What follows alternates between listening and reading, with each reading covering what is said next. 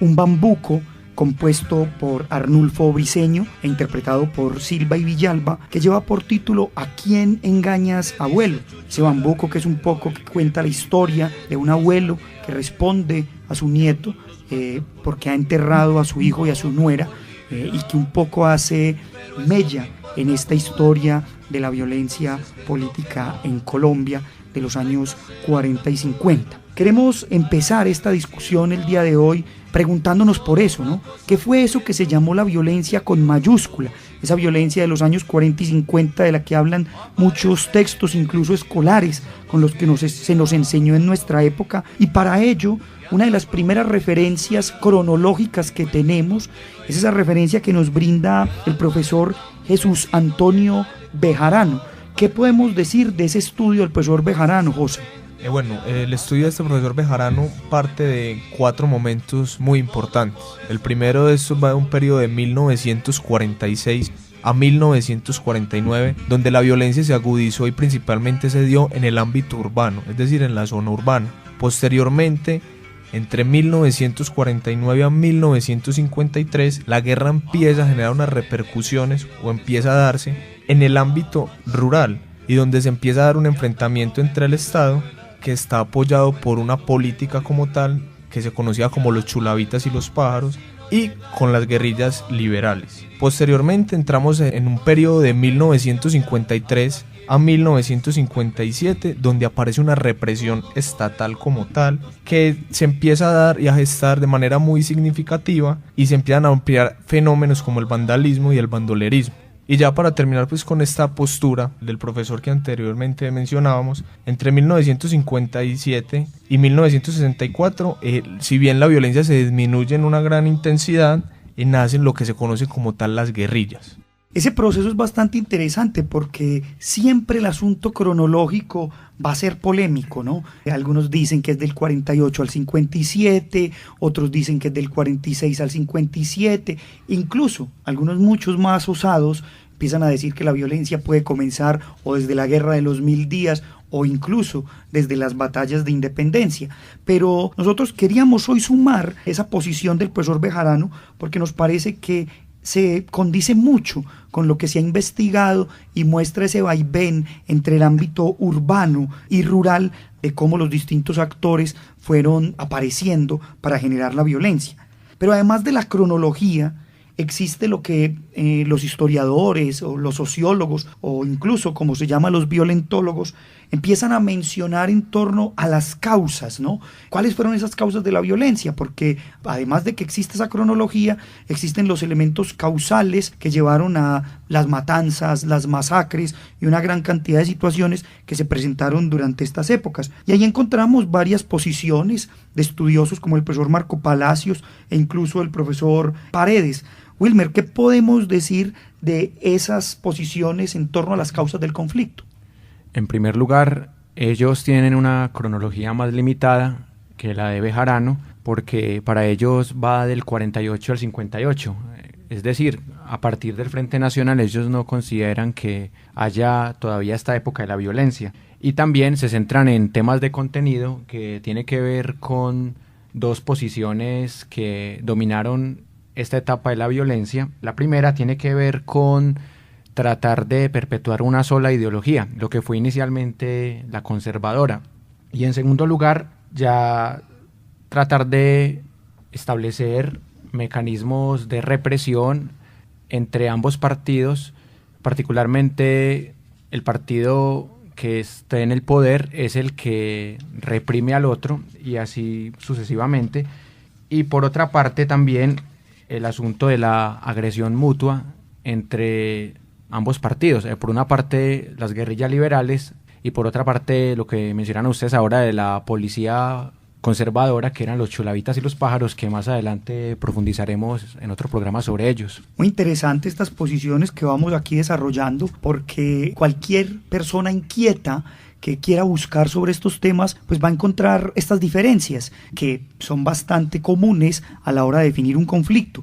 También tenemos el famoso texto de la violencia en Colombia, esos 2 tomos liderados por Monseñor Germán Guzmán y acompañados por el profesor Eduardo Umaña y Orlando Falsborda, en cuyo trabajo se habla un poco más allá de las causas de la violencia, incluso llegando a pensar estas causas desde las guerras civiles, la asociación de la violencia entre los partidos y también en causas inmediatas, como de lo que hablábamos en un programa anterior, como la muerte de Jorge Eliezer Gaitán. Quisiéramos preguntarle aquí a nuestro invitado del día de hoy, a Iván Ríos Úsuga, el historiador de la Universidad de Antioquia, ¿qué significa ese texto, profesor, para esa época? ¿Por qué ese texto de la violencia en Colombia es llamado el primer gran informe sociológico? Bueno, básicamente es porque es el primer texto que sale a la luz en ese momento para brindar explicaciones inmediatas al proceso político y para poder incluso cumplir con ese propósito que tenía el gobierno de turno de apaciguar los ánimos de la sociedad colombiana.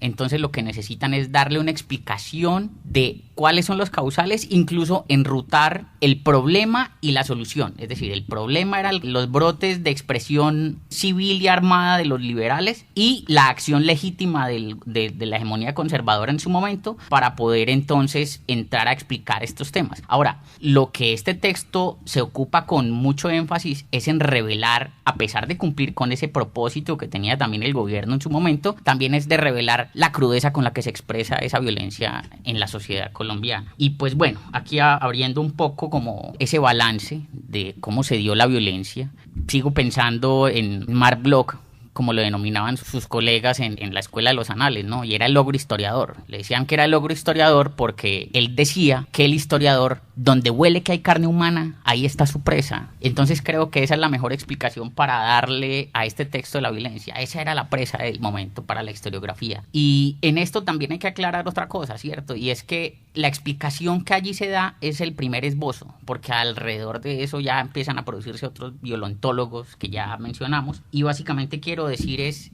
insistir y enfatizar es en el carácter selectivo y variable de la violencia en esos periodos ya mencionados. Vamos a dar entrada un poco ahora a escuchar una canción interpretada por este grupo bogotano Aterciopelados, Siervo sin Tierra, una canción que hace referencia a ese texto famoso de Eduardo Caballero, donde ya se empieza a recrear un poco a las víctimas de esta violencia, los campesinos, en este tema de la violencia en Colombia. Vamos a escuchar al profesor Salomón Hernández, que nos va a contar también un poco su visión a partir de los estudios que él ha desarrollado sobre el tema de la violencia en Colombia, o esta violencia que hemos llamado violencia con mayúscula.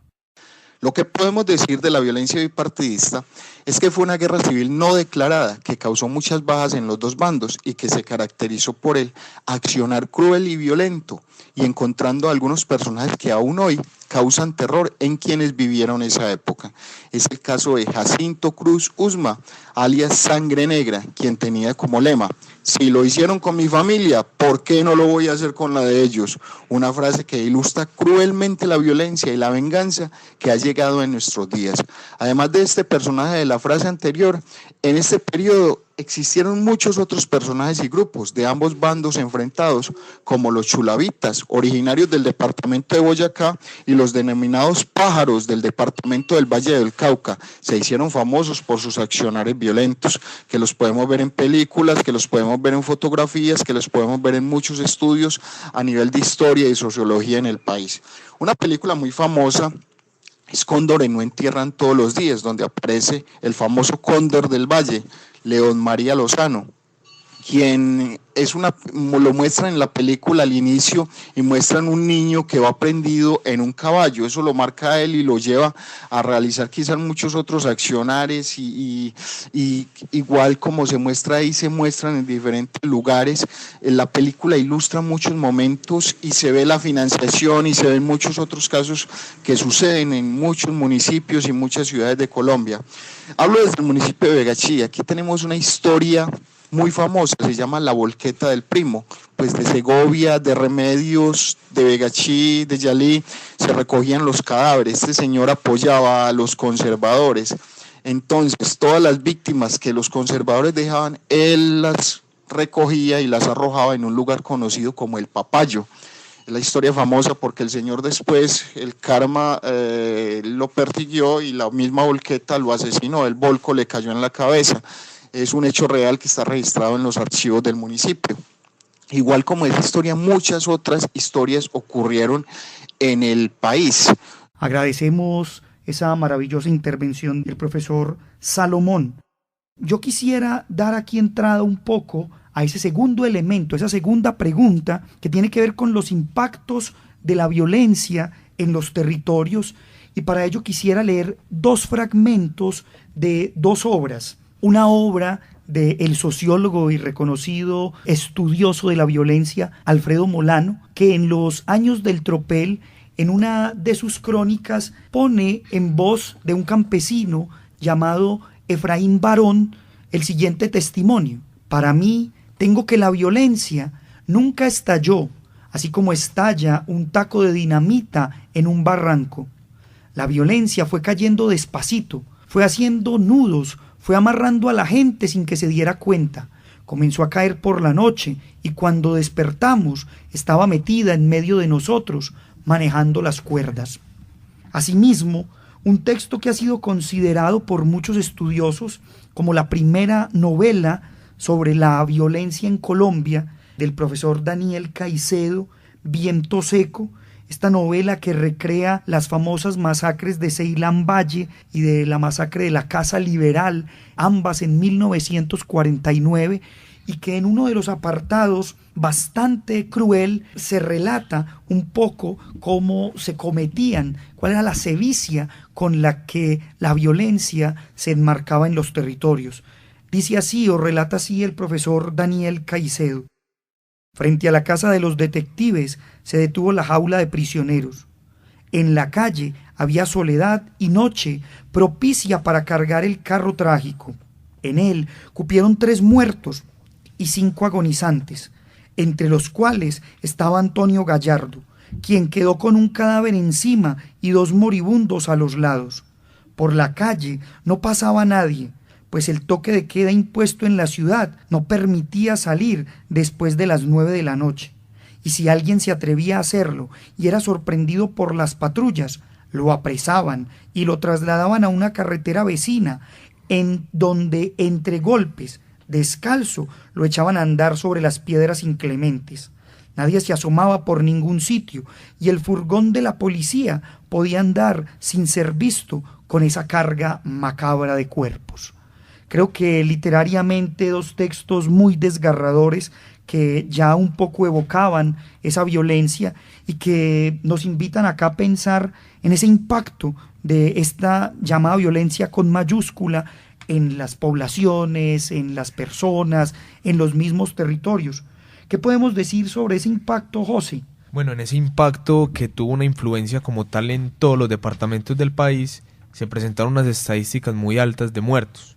En el departamento del Tolima hubo 30.912 muertos, en Antioquia hubo 26.115, en el Valle hubo 13.106 muertos y en Santander hubo 19.424 muertos. Son cifras bastante aterradoras, un poco se pueden encontrar en esos informes que hace el profesor Daniel Pecó, pero yo quiero aquí sumar también esas cifras que entrega el famoso texto de la violencia en Colombia, que habla aproximadamente 180.000 muertos, pero también las cifras que en su momento entregó la Conferencia Episcopal, que llegó a hablar de 200.000 personas muertas y de un aproximado de 2 millones de desplazados en un momento en el que Colombia tenía 11 millones de habitantes. Eso es bastante particular también aquí porque al inicio del programa discutíamos sobre las fechas y es curioso porque cuando uno lee informes como el del Basta Ya, el Basta Ya comienza en 1958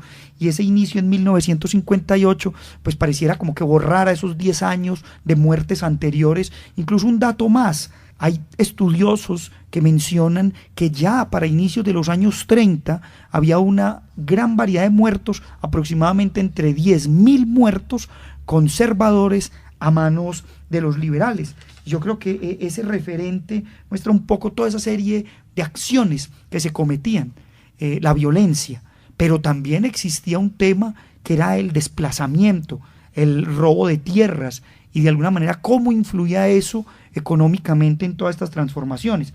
¿Qué podemos decir, Wilmer, de delitos de ese tipo en este momento histórico del que estamos conversando? En este momento había una gran paradoja, porque por un lado había zonas muy violentas como Valle del Cauca, como Tolima, como los Llanos Orientales, como Cundinamarca, pero por otra parte había una gran transición del campo a la ciudad, y al haber una sociedad más urbana se daban ciertos cambios en la economía, y sobre todo desde indicadores como el Producto Interno Bruto, el per cápita, y hay unos datos muy interesantes que uno podría encontrarse allí. Entre 1945 y 1949 hubo un gran crecimiento en el Producto Interno Bruto, pasando del 5,9 al 7,5. También creció la industria con un récord anual de 9,2%, y esto demuestra que por un lado va el crecimiento económico, que se mide en cifras, y por otra parte va el desarrollo económico, que ya se mide en concentración de la riqueza, algo que en esta época se reflexionaba muy poco y que también nos puede servir para pensar incluso en la actualidad, o incluso también como pasaba en Chile, que en la dictadura de Pinochet entre el 73 y el 90 hubo gran crecimiento económico, pero no desarrollo económico. Entonces la gran pregunta que uno podría dejar ahí para que ustedes también reflexionen es: ¿hasta qué punto fue crecimiento económico y también desarrollo económico en esta época? Claro, incluso el profesor Medina Medófilo muestra que es curioso ver que en las grandes épocas de la violencia en Colombia, podríamos decir esta, e incluso el narcotráfico, los índices de crecimiento eran mayores. Una paradoja bastante curiosa, y ahí también se ve un hecho que posteriormente va a ser recurrente, porque el desplazamiento de personas, incluso en departamentos como el Tolima, del que ahorita José daba una cifra de muertos bastante alta, mucha gente perdió su tierra, se desplazó, y cuando en los años 50 volvió, pues la encontró en manos de otros y no la recuperó. Eso hizo que también otra vez estallaran muchos referentes de la violencia. Y no quiero dejar pasar, ahora que estamos hablando de estos hechos que de alguna manera marcaron, relatar un poco más de ese texto del profesor Alfredo Molano en los años del tropel, donde se recrea muy bien cómo la gente tenía que salir huyendo en ese momento y dejar todo, abandonarlo todo, para tratar de buscar un panorama donde por lo menos pudiera salvar la vida. El viejo se levantó y dijo: recojan los corotos y nos vamos para donde Aníbal. Otro concertado, y después nos echamos para Génova. Yo les doy un consejo: en esos bochinches la única manera de conservar la vida es no meterse en nada, no ver nada, no oír nada, callarse todo. Lo que hoy pasa es una joda, y si ustedes quieren vivir, es mejor que nos vamos. Nos emberriondamos, pero de nada valió. El viejo arregló las cosas en una bestia y salió para Génova. Julio no quiso seguirlo y se apartó.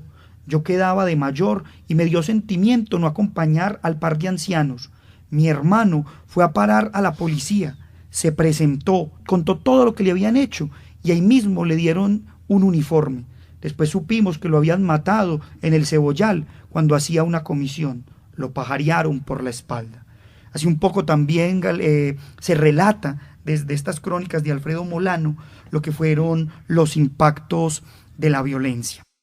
Queremos ir hoy entonces cerrando nuestro programa, también invitando a nuestros oyentes a escuchar otra famosa canción de la época, interpretada por Garzón y Collazos, Cámbulos y Gualandalles, que en realidad fue escrita en los años 30 y que era una canción que contaba con alegría la llegada de Olaya Herrera, el primer liberal después de esa hegemonía conservadora en los años 30, y que hablaba un poco de la concordia, y que curiosamente Garzón y Collazos retomaron y cantaron con bastante fuerza en el año de 1949, un poco tratando de llamar a la conciliación, diciendo tanto a liberales y conservadores que se unieran y volvieran a Pandi, el pueblito, ese bello pueblito de Cundinamarca. Con eso entonces despedimos hoy nuestro programa 100 preguntas y respuestas para comprender el conflicto colombiano. Agradezco a José Zuluaga, Wilmer Zuleta y al profesor Iván Ríos Úsuga y a la distancia al profesor Salomón Hernández, quienes nos acompañaron. Agradecemos a UN Radio por este espacio y los esperamos en una nueva emisión. Muchas gracias. Comprender el conflicto colombiano es un espacio para divulgar el conocimiento histórico